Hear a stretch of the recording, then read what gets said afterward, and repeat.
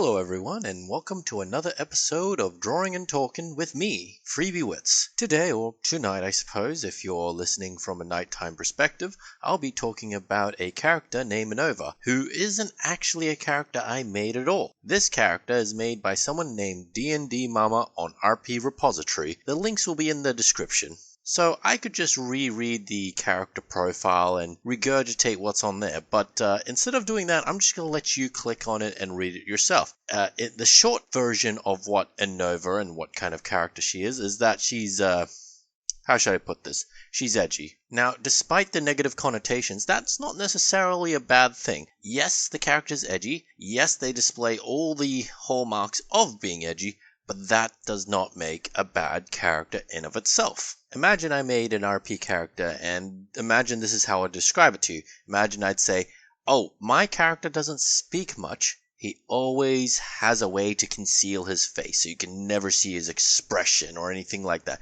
He's a loner, and he kicks ass. Also, somewhere along the way, he picks up a kid and is very protective of them.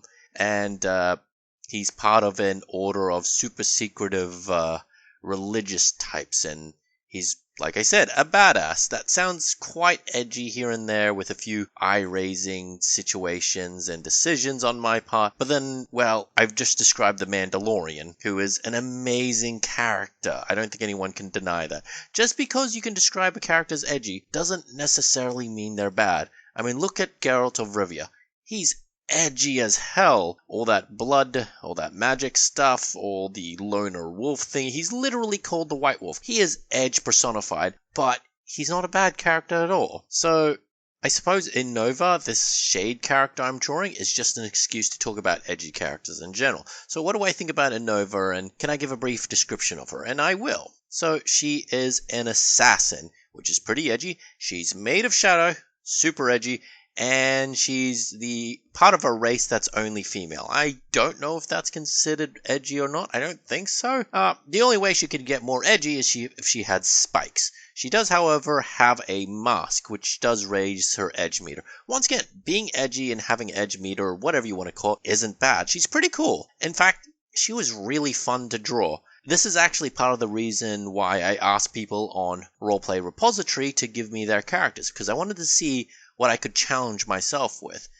Another thing I should note is that I don't really draw females that much. I just don't make female characters often. Every time I do, I don't really think I get them right.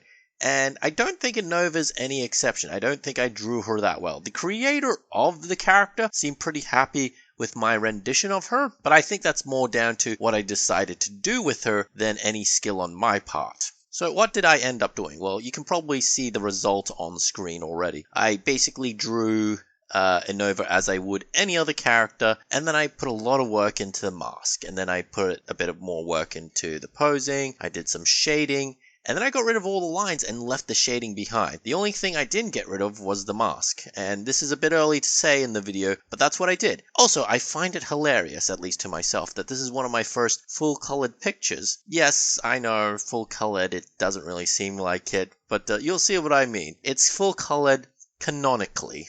So what else can I tell you about Inova? Well, I don't know too much about being a woman, as I identify as a male. However, I do know how to roleplay. More specifically, I know how to run a game of D&D and the like. So, as a player, she'd just be a generic roguish assassin type character, except one that uses whips, reach weapons that slash and such. As a DM, I would just use her as she is. She's pretty straightforward. She's an assassin for hire. She's the kind of character who works hard and plays hard, from what I can tell. So in her off time, if the players manage to meet her before she's on a contract, she might be quite friendly with them. If not friendly, at least not antagonistic, unless they do something specific.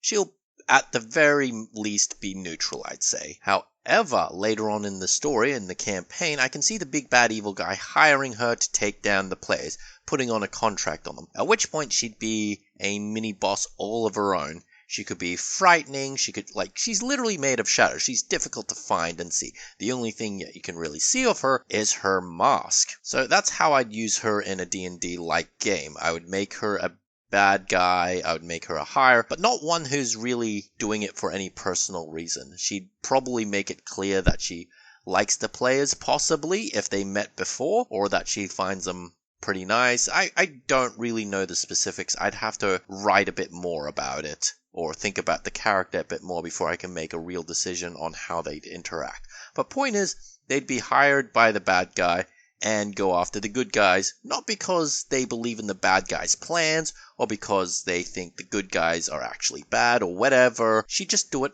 because she's a professional. That's pretty much it. Anyways, from a LARP perspective, that's an interesting one. Whips are a big no-no in LARP because it's almost, if not outright impossible to control wriggly things like flails and whips and the like. And of course, being hit by a whip, even if you do it lightly, well, it might get in your eye or you may get tangled up in it. It's just a big mess. People are going to get hurt one way or another. Playing a shadow character, however, I've seen that done hundreds upon hundreds of times. Not literally, but you know what I mean.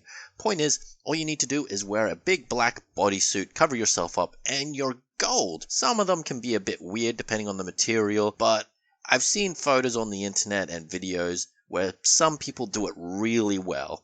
And maybe one day I'll do the same. But in the meantime, I'll just leave shadow people who meld directly into the shadows in the realms of fantasy for now, especially if they use whips like Inova. So, did I enjoy drawing Inova? Yes. Do I think she's a good character? Also yes. Is she for everyone?